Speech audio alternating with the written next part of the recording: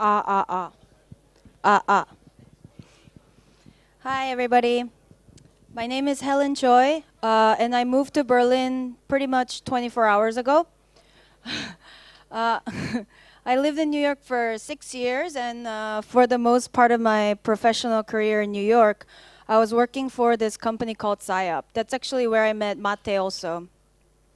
PsyUp and I were dating for 3 years, meaning I was freelancing, permalancing there, and then was there married with PsyUp for 2.5 years, full-time employment for PsyUp. So total of 5.5 years I spent at PsyUp. Um, so what I did at PsyUp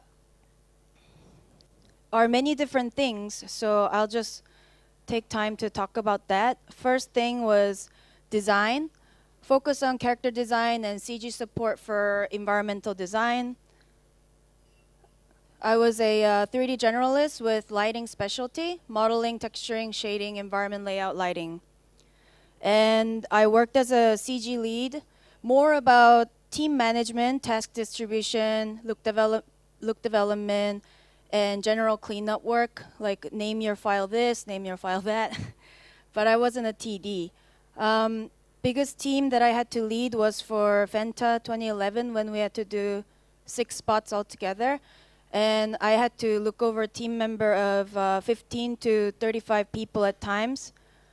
Yeah, so next project that I'm gonna show you is a Michelin Gas Pump that shows more example of what I did as a designer and as a 3D generalist. So let's watch this. There was a town held captive by an evil gas pump. It fed on people's hard-earned money. But along came the Michelin Man, who reminded them the right tire changes everything. And with fuel-efficient tires in place, that evil gas pump wasn't so evil anymore. Michelin Energy Saver AS tires can help save up to 109 gallons of fuel. Michelin, a better way forward.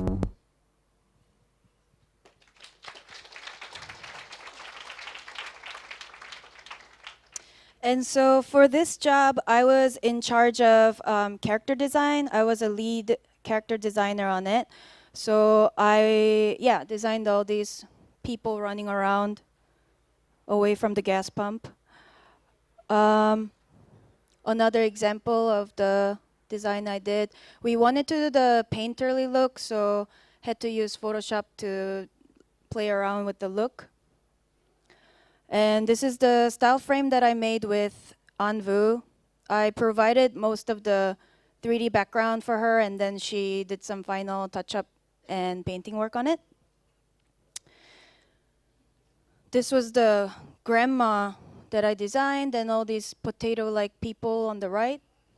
And the grandma ended up looking like this at the end. Yeah, so it was quite fun to work on the character design. Next, we're gonna watch UPS work, and this one is also another example that I did character design work and environmental layout and such. So let's watch it.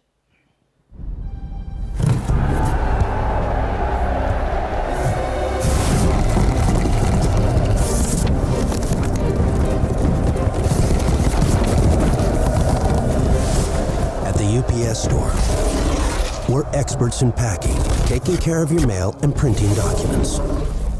So small business owners feel anything but small. Hey, we do a lot more than shipping.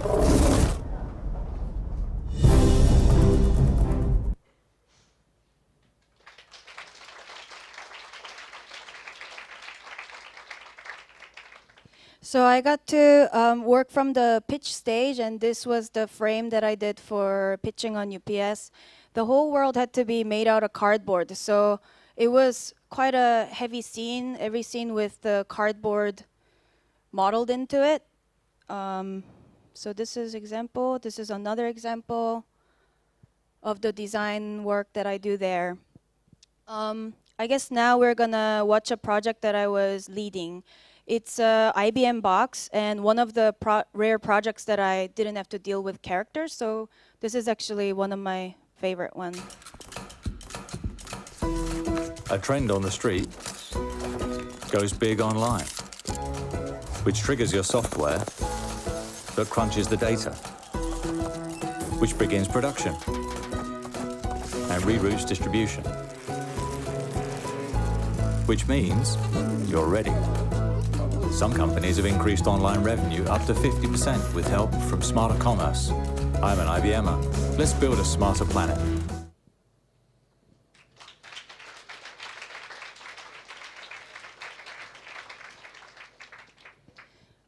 So these were the physical models they built as a reference for the project.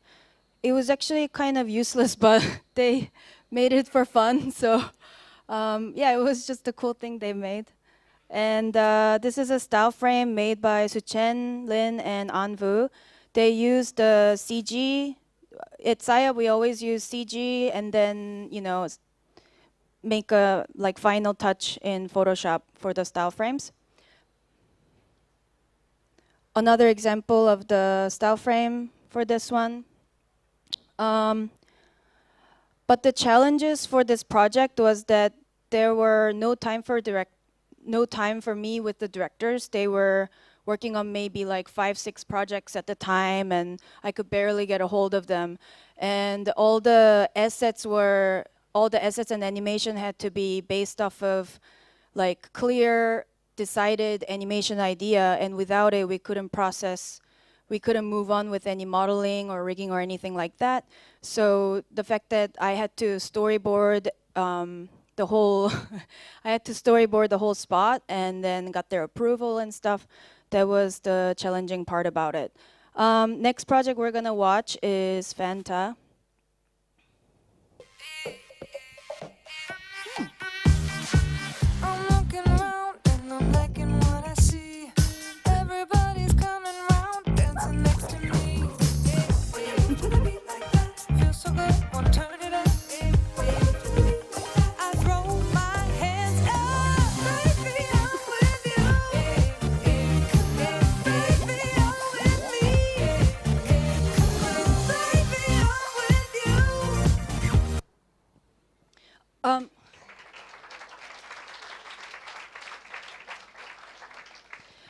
This one, I'm not sure if you caught it or not, but the concept is that the character is looking through the whole scene with the Fanta bottle, and everything within the Fanta bottle is made with orange slices. So that meant that every asset that was in there had to be managed in parallel as just basically doing 2 spots, but in one. And like I mentioned earlier, it was really big team to manage, so I think all day long I would just talk to people, and that was pretty much the end of the day. So that was pretty challenging in terms of managing these 6 spots going on at the same time. So that kind of, I'll show you some more projects later, but I kind of want to sum up my time at SIOP because I quit last April, 2012 April. My years at SIOP was very, very happy, very hardworking. I didn't mention that basically for 5.5 years, I was working nonstop as a proper American workaholic. And made a lot of great friends, and it was very close, family-feeling company and everything. But 2012, I had to quit because it was just too much of work going on. So this kind of summarizes my time in US. And maybe, maybe I'll be unemployed here long enough that I'll miss this time, but for now, this is the summary of it. You can see that work hour was always long, but I kept it very happy and not stressful for a long time, except that 2011 was just too many epic projects one after another. As you know, SIOP likes to do epically crammed projects. So I think there was maybe 10 projects like that going on one after another in 2011. And the work hours get longer. if you work till 10, that's like early days, and often I work till 2 a.m., 3 a.m. And once the whole year was like that, it was time to go and have time for a change.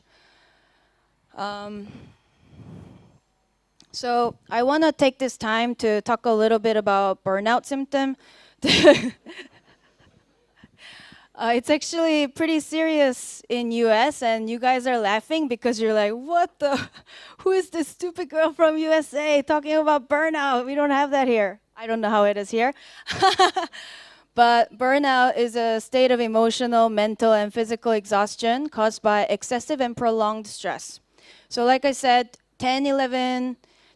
to 11 p.m. becoming normal days, 2 a.m., 3 a.m., all-nighter, and not to mention like no weekends at all.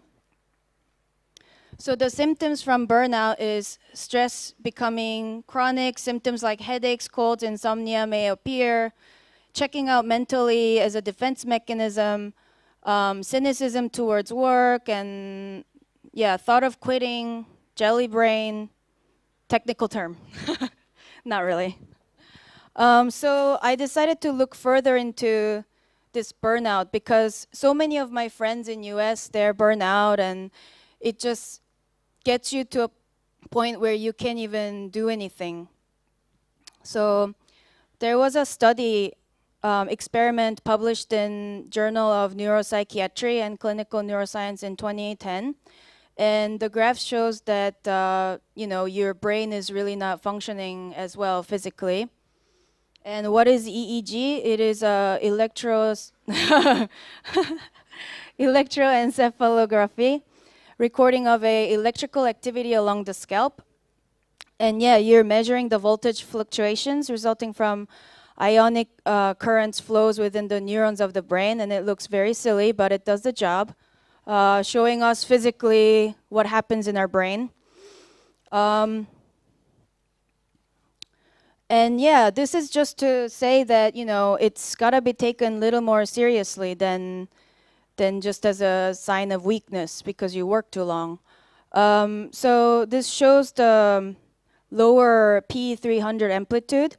P300 amplitude is often associated with symptom of depression. So alpha peak frequently is reduced in chronic fatigue syndrome patients and correlates negatively with subjects' rating of fatigue. The study yields a global picture of possible compromised brain functions in burnout patients. And to summarize, burnout patients showed clear EEG abnormalities, which did not match biomarkers for either depression or chronic fatigue syndrome, but rather seemed to be a combination. There's credit underneath there. And my thoughts on it is that companies and individual artists needs to take burnout a little more seriously, not as just as a sign of weakness. And it physically affects functionalities of our brain, and it should not be regarded as something just mental. And again, maybe Europeans are laughing at us. Not really? Okay, good. So let's talk about why burnout happens. Number one, fear. We are all part of fear game. Well, agencies fear that the clients are unhappy, and studios fear that clients' unhappiness, and they just want to have good relationship with them, so they bend down.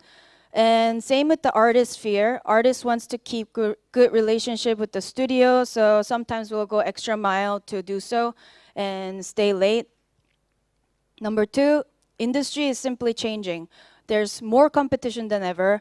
Clients are less willing to spend money.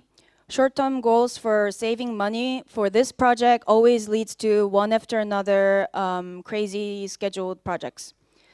And as an artist, we're at the bottom of the totem pole, meaning like all the big shots at agency and clients, company are taking, or representatives taking their share, and then, at the end of it, we have to fight for it a little harder. But overall, of course, there's compromise happening and shift in the whole industry. And maybe it's just bubble burst, like how it is in the real estate market. and maybe it will just level out eventually of how much in US they're getting paid. It's, getting reduced also. There's companies now asking for only a certain rate that artists compensate for and such. So things are changing a lot. And oftentimes, maybe there's using creativity as a bait. We don't have money on this job, but it's really fun piece. You want to work on it? That's kind of becoming more of a pattern now. And then number 3, self-sabotage. This happens a lot where you just go, yeah, this is a cool project, so I'll just keep working on it. I guess that happened to me. More of what happened was combination of all these 3. So this is the classic view of how it should be, where money, quality, time, and you get to only choose 2. But now what happens is, no, we'll give you less time, we'll give you less money, but we want to have same high quality as before. If not, other studios will do it, and then our faces become like this.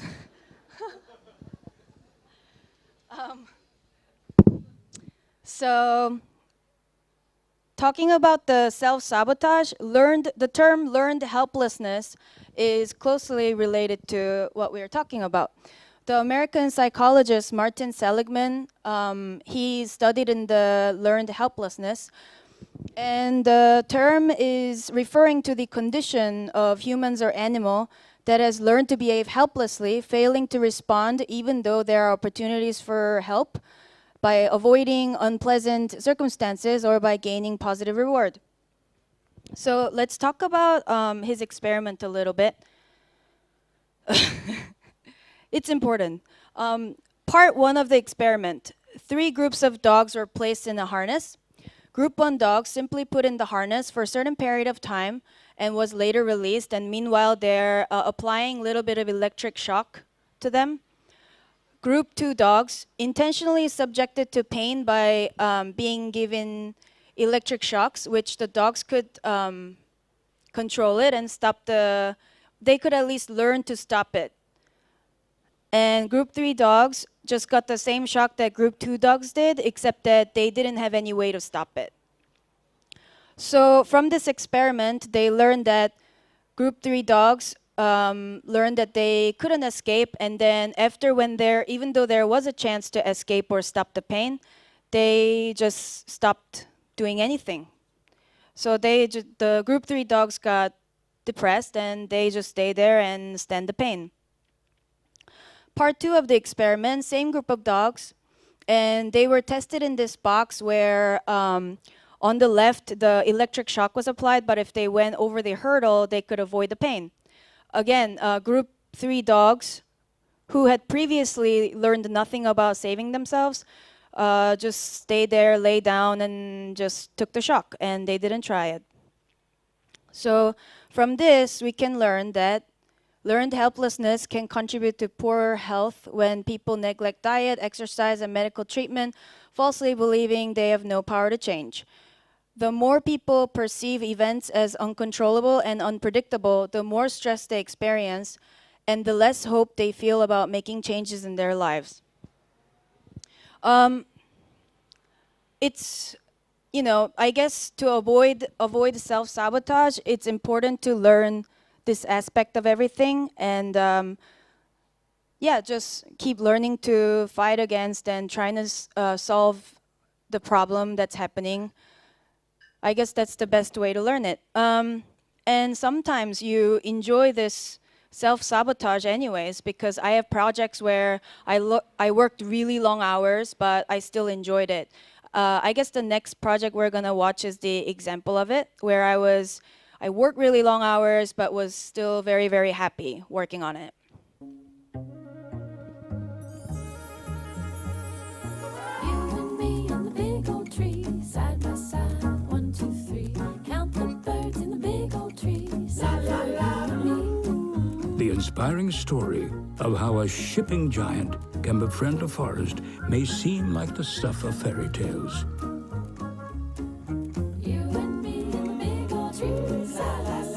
But if you take away the faces on the trees, take away the pixie dust, Take away the singing animals and the charming outfits. Take away the sprites and the storybook narrator. You're left with more electric trucks, more recycled shipping materials, and a growing number of low-emission planes, which still makes for a pretty enchanted tale. Oops. Forgot one. Sustainable solutions. FedEx, solutions that matter.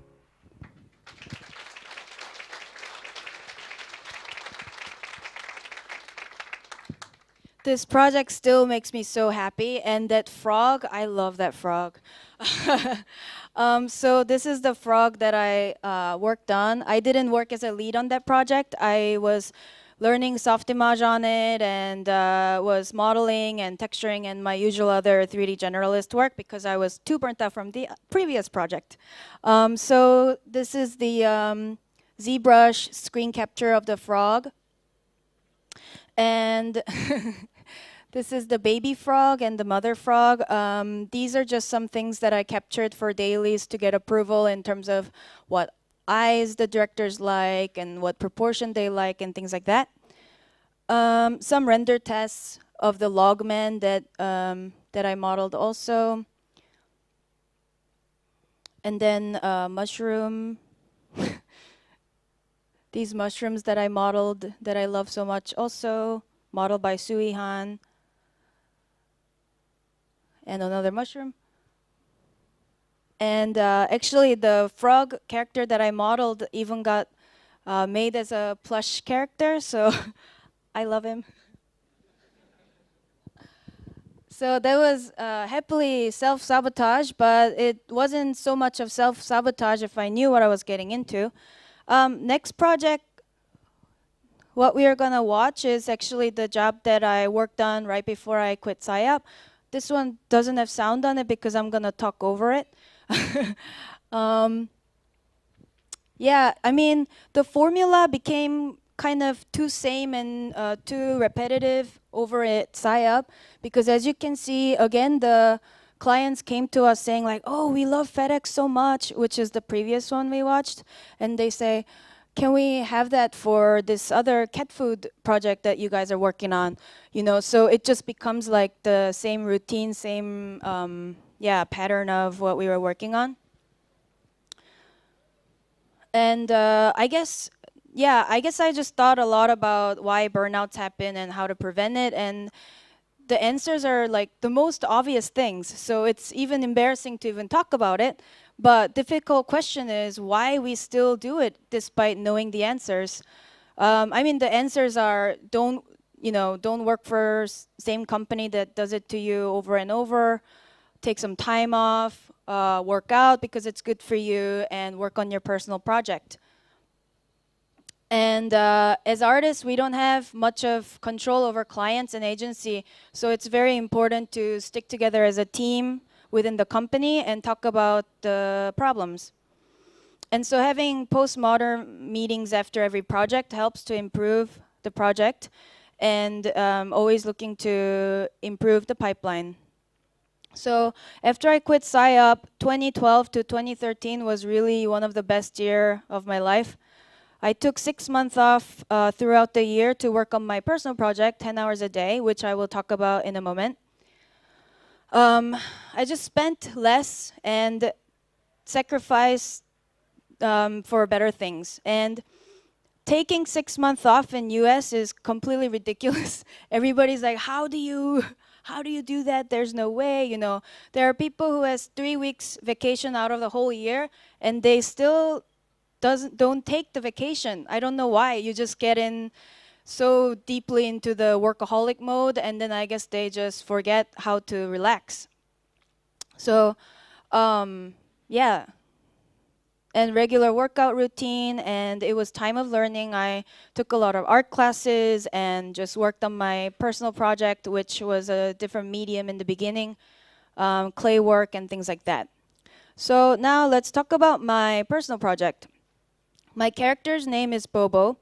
So title is undecided yet. I'm working on a book project, and it's merging art and science, especially neuroscience. You might have guessed that I'm a little bit into neuroscience. and it's a fiction story. My progress so far is that story is finished and I'm still writing, but all assets are modeled and UV'd and rigged and it's ready to go. So I'll show you a little images and work in progress stuff on it. This is the beginning project of Bobo. This is a little diorama I made for PSYOP 10-year anniversary art show. And I made them with Super Sculpey and painted with gouache paint. And this was basically my first attempt of trying to understand the human brain and the structure of the brain. But after I did this project, I was very inspired and had a lot of fun. But I wasn't fully satisfied with it because the structure is not as close to science. It's a little random. And my character, Bobo, he's missing pants, you know. It just needed some redesigning. So this is a new progress on Bobo. Yeah, this is Bobo and the unconscious. Well, people question what's difference between unconscious and subconscious. Sigmund Freud used unconscious synonymous as subconscious, so it's more correct term that you use unconscious. So I go with the name Bobo the unconscious and Bobo. And it's not the part of your brain that unconscious mind is at. This is just my play on the topic of self-sabotage also throughout this story. This is the character sheet. On the above, it's the pencil drawing I did initially, and then the CG progress of it. So these characters are from each part of the brain. You can see Sir Seven Grain from frontal lobe and Mr. and Mrs. Lemonhead from hippocampus. And Toast Jr. is Sir Seven Grain's assistant, naturally. Sir Iguana from the brainstem. These are more of my characters from different parts of the brain. And sea slugs from the occipital lobe. So I'll show you just a couple of the main characters from the project. So this is Lady Sibella working for Amygdala. Amygdala is in charge of memory and fear and emotional learning. And this is Mr. and Mrs. Lemonhead from hippocampus. Short-term memory, long-term memory, they're in charge of spatial navigation. Sir Seven Grain and Toast Jr. from frontal lobe reward attention, short-term memory, tasks planning, and motivation. So, you know, since I love science, I want to merge science and art a little closer and have that opportunity as education as well as entertainment. So I made up the fiction story around it. Now I'll show you some of the layout from my story. On the left is the brain structure, Bobo's brain structure. All different rooms, and that's where all the characters I showed you are working. In the center, there's hippocampus tree and the amygdala lake and frontal lobe up there on the left. Yeah, so that's the brain structure for Bobo. And the story is that Bobo goes to his own brain, but not physically to his brain. He discovers the portal to go to a different dimension where the brain world is, and he gets to meet every member of his brain. And Bobo has problems. Bobo has OCD as habit, and everybody thinks they're OCD, but most people they think they are or not. So I'm gonna try to describe the problem as much as I can through Bobo. And Bobo goes to his own brain in a different dimension, and then looks through like what's going on and kind of gets to know himself a little better. So on the left is the hippocampus tree and amygdala lake. I won't tell you the whole story because I want to save that for later. On the right there, it's a cerebellum with Mr. Hop searching for neurotransmitter records from the past. Here on the left frontal lobe, they're having a meeting about if Bobo wants to eat grapes or chocolate. And on the right, Bobo's traveling through a portal into a different dimension. On the left, thalamus and hypothalamus, and I try to picture all the neurons firing electric, signals to each other and how that would look like. So even though after these long years of PSYOP crammed work, I said, let's do something simple. It's gonna be awesome. And again, I couldn't help but make it complicated because the nature of the brain is very complicated. And for me to describe and express the brain as closely to science as possible, it had to go this way.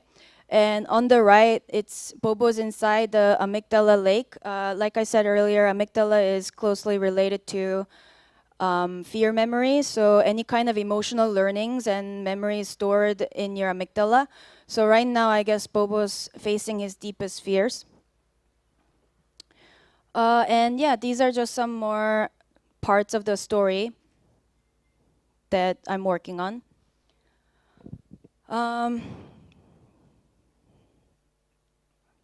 Yeah. So I'm already almost done with my talk, and there's still 30 minutes remaining. No? Oh, no time left? Okay, good. Oh, okay. I was like, what? It's only been 10 minutes? All right, so this is part of my conclusion. So Nietzsche, that's my Korean-German accent, I'm sorry. Nietzsche, in his Thus Spoke Zarathustra, A Book of All and None, he talks about 3 metaphors of the character.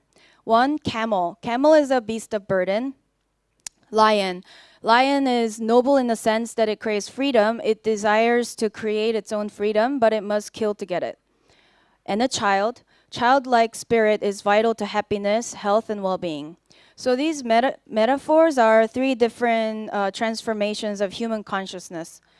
So he believes that we always evolve through these different state of consciousness, and it doesn't matter like what order.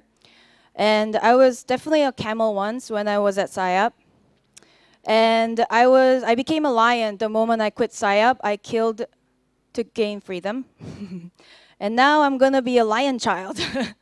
Because lion's not enough for me because it always has to kill to get, and child needs help all the time. So I don't like that. So I'm gonna merge those 2 and become a lion child. Not like this, no, none of this cute stuff.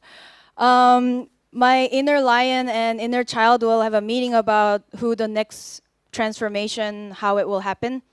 And the last quote from Stanley Kubrick: all you can do is either pose questions or make truthful observations about human behavior. The only morality is not to be dishonest. That was it. Thank you.